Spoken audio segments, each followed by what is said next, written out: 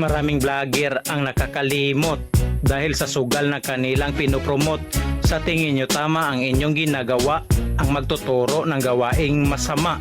Sila ang mga taong hindi makontento sa kanilang sweldo. Kaya ang payo ko, wag nyo silang tularan ang magtuturo ng mga kalukuhan.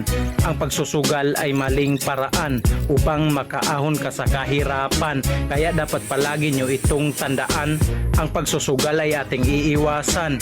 Hindi ko nabanggitin kung sino kayo dahil kilala kayo ng mga tao. Kayo ang mga vlogger magtuturo ng sugal, nasaan na ang inyong magandang asal? Sila yung tipong magaling pag nagsasalita para may mahikayat at mapaniwala.